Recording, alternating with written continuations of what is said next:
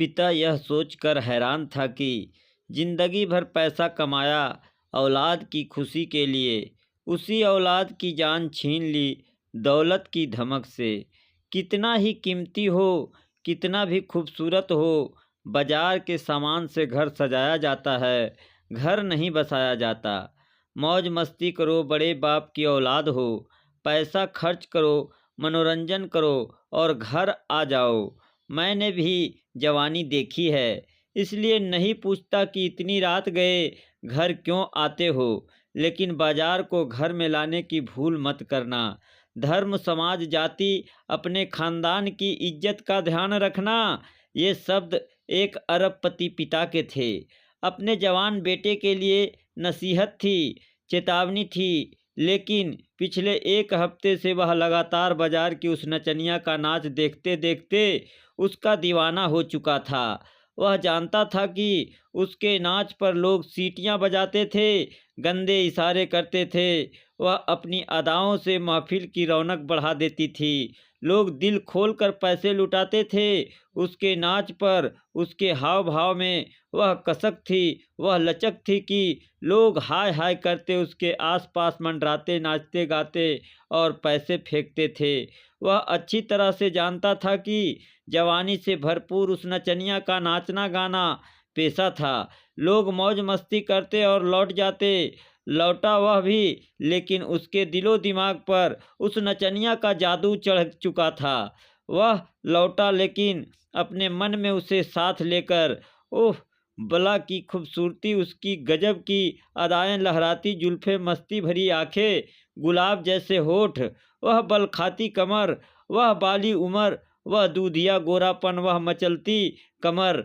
हंसती तो लगता चांद निकल आया हो। वह नसीला, कातिलाना, संगमरमर सा तरासा जिस्म, वह चाल, वह ढाल, वह बनावट, खरा सोना भी लगे फीका।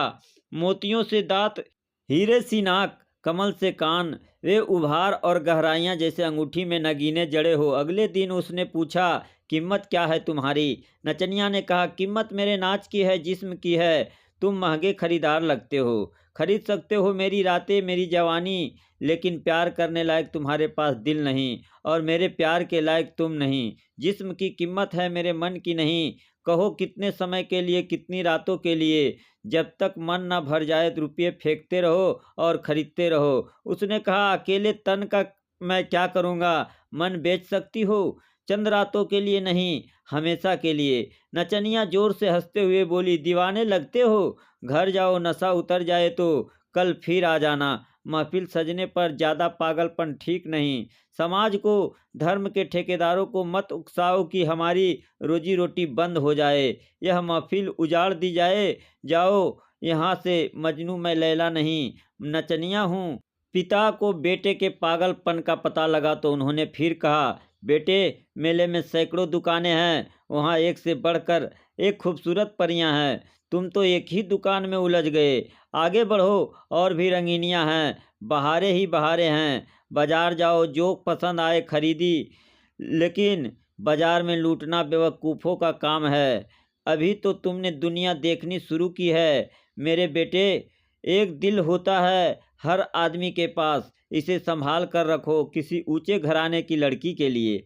लेकिन बेटा क्या करे, नाम ही प्रेम था, प्रेम कर बैठा। वह नचनिया की कातिल निगाहों का शिकार हो चुका था। उसकी आंखों की गहराई में प्रेम का दिल डूब चुका था। अगर दिल एक है तो जान भी तो एक ही है, और उसकी जान नचनिया के दिल में कैद हो चुकी थी। पिता ने अपने दीवान से कहा, जाओ उस नचनिया की कुछ रातें खरीद कर उसे मेरे बेटे को सौंप दो। जिस्म की गर्मी उतरते ही खिंचाव खत्म हो जाएगा, दीवानगी का काला साया उतर जाएगा। नचनिया सेठ के फार्म हाउस पर थी और प्रेम के सामने थी। तन पर एक भी कपड़ा नहीं था। प्रेम ने उसे सिर से पैर तक देखा। नचनिया उसके सीने से लग कर बोली, रईस जादे, बुझा लो अपनी प्यास। जब तक मन न भर जाए इस खिलौने से खेलते रहो। प्रेम के जिस्म की गर्मी उफान न मार सकी। नचनिया को देखकर उसकी रगों का खून ठंडा पड़ चुका था। उसने कहा, हे नाचने वाली, तुमने तन को बेपर्दा कर दिया है, अब रूह की भी पर्दा हटा दो। यह जिस्म तो रूह ने ओढ़ा हुआ है, इस जिस्म को हटा दो ताकि उस रूह को देख सकूं। नचनिया बोली, यह पागलपन, यह दीवानगी है। तन का सौदा था, लेकिन तुम्हारा प्यार देखकर मन ही मन, मन से मन को सौ सौ सलाम पर खता माफ कर सरकार। दासी अपनी औकात जानती है, आप भी हद में रहें तो अच्छा है। प्रेम ने कहा, एक रात के लिए जिस्म पाने का नहीं है जुनून, तुम सदा सदा के लिए हो सको मेरी, ऐसा कोई मोल हो तो कहो। नचनिया ने कहा, मेरे शहजादे, यह इश्क मौत है, आग का दरिया, पार भी कर जाते हैं, जल कर मर जाते या बच भी जाते, पर मेरे माता पिता जाति के लोग सबका खाना खराब होगा, तुम्हारी दीवानगी से जीना हराम होगा। प्रेम ने कहा, क्या बाधा है प्रेम में, तुमको पाने में, तुम में खो जाने में। मैं सब कुछ छोड़ने को राजी हूँ, अपनी जाति, अपना धर्म, अपना खानदान और दौलत। तुम हाँ तो कहो, दुनिया बहुत बड़ी है, कहीं भी बसर कर लेंगे। नचनिया ने अपने कपड़े पहनते हुए कहा, ये दौलत वाले कहीं भी तलाश कर लेंगे, मैं तन से मन से तुम्हारी हूँ, लेकिन कोई रिश्ता, कोई संबंध हम पर भारी है। मैं लैला, तुम मजनू, लेकिन शादी ही क्यों, क्या लाचारी है। यह बगावत होगी, इसकी शिकायत होगी और सजा बेरहम हमारी होगी। क्यों चैन सुकून खोते हो अपना, हकीकत नहीं होता हर सपना। यह कैसी तुम्हारी खुमारी है, भूल जाओ तुम्हें कसम हमारी है। अरबपति पिता को पता चला तो उन्होंने एकांत में नचनिया को बुलाकर कहा, वह नादान है, नासमझ है, पर तुम तो बाजारू हो, उसे धिक्कारो, समझाओ, ना माने तो बेवफाई बेहाई दिखाओ, कीमत बोलो और अपना बाजार किसी अनजान शहर में लगाओ। अभी दाम दे रहा हूँ, मान जाओ। दौलत और ताकत से उलझने की कोशिश करोगी तो ना तुम्हारा बाजार सजेगा, ना तुम्हारा घर बचेगा। क्या तुम्हें अपने माता पिता, भाई बहन और अपने समुदाय के लोगों की जिंदगी प्यारी नहीं?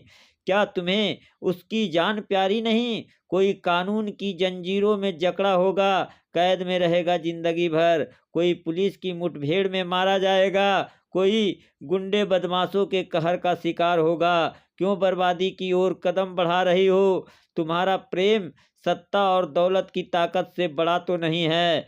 मेरा एक ही बेटा है, उसकी एक खता उसकी जिंदगी पर कलंक लगा देगी। अगर तुम्हें सच में उससे प्रेम है तो उसकी जिंदगी की कसम तुम ही कोई उपाय करो, उसे अपने आप से दूर हटाओ। मैं जिंदगी भर तुम्हारा कर्जदार रहूंगा। नचनिया ने उदास लहजे में कहा, एकांत में यौवन से भरे जिस्म को जिसके कदमों में डाला, उसने ना पिया शबाब का प्याला।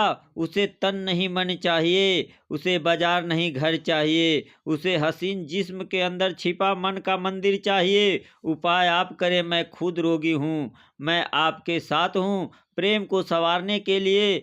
यह कहकर नचनिया वहां से चली गई। दौलतमंद पिता ने अपने दीवान से कहा, बताओ कुछ ऐसा उपाय जिसका कोई तोड़ ना हो। उफनती नदी पर बांध बनाना है, एक ही झटके में दिल की डोर टूट जाए, कोई और रास्ता ना बचे उस नचनिया तक पहुंचने का। उसे बेवफा दौलत की दीवानी समझ कर वह भूल जाए। प्रेम राग और नफरत के बीज उग आए। प्रेम की जमीन पर दीवान ने कहा, नौकर हूँ आपका, बाकी सारे उपाय नाकाम हो सकते हैं। प्रेम की धार बहुत कंटीली होती है। सबसे बड़ा पाप कर रहा हूँ बताकर, नमक का हक अदा कर रहा हूँ। आप उसे अपनी दासी बना ले, आपकी दौलत से आपकी रखैल बनकर। यही प्रेम उसे मुंह मोड़ सकता है। फिर अमीरों का रखैल रखना तो शौक रहा है, कहाँ किसको पता चलना है। जो चल भी जाए पता तो आपकी अमीरी में चार चांद ही लगेंगे। नचनिया को बुलाकर बताया गया। प्रस्ताव सुनकर उसे दौलत भरे दिमाग की नीचता पर गुस्सा भी आया, लेकिन यदि प्रेम को बचाने की यही एक शर्त है तो उसे सबके हित के लिए स्वीकारना था। उसने रो रो कर खुद को बार बार चुप कराया तो वह बन गई अपने दीवाने की नाजायज माँ। प्रेम तक यह खबर पहुंची कि बाजारू थी बिक गई दौलत के लालच में। जिसे तुम्हारी प्रेमिका से पत्नी बनना था, वह रुपये की हवस में तुम्हारे पिता की रखैल बन गई। प्रेम ने सुना तो पहली चोट से रो पड़ा। वह पिंजरे में बंद पंछी की तरह फड़फड़ाया, लड़खड़ाया, लड़खड़ा कर गिरा और ऐसा गिरा कि संभल ना सका। वह किससे क्या कहता, क्या पिता से कहता कि मेरी प्रेमिका तुम्हारी हो गई? क्या जमाने से कहता कि पिता ने मेरे प्रेम को अपना प्रेम बना लिया? क्या समझाता खुद को कि अब वह मेरी प्रेमिका नहीं, मेरी नाजायज सौतेली माँ है? वह बोल न सका तो बोलना बंद कर दिया। उसने हमेशा हमेशा के लिए खुद को गूंगा बना लिया। उसने पिता यह सोचकर हैरान था कि जिंदगी भर पैसा कमाया औलाद की खुशी के लिए, उसी औलाद की जान छीन ली दौलत की धमक से।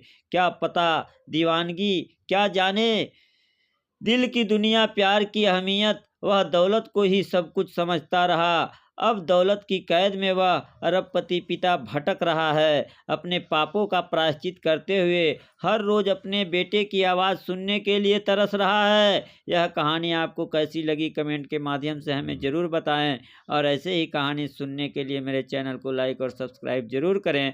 धन्यवाद।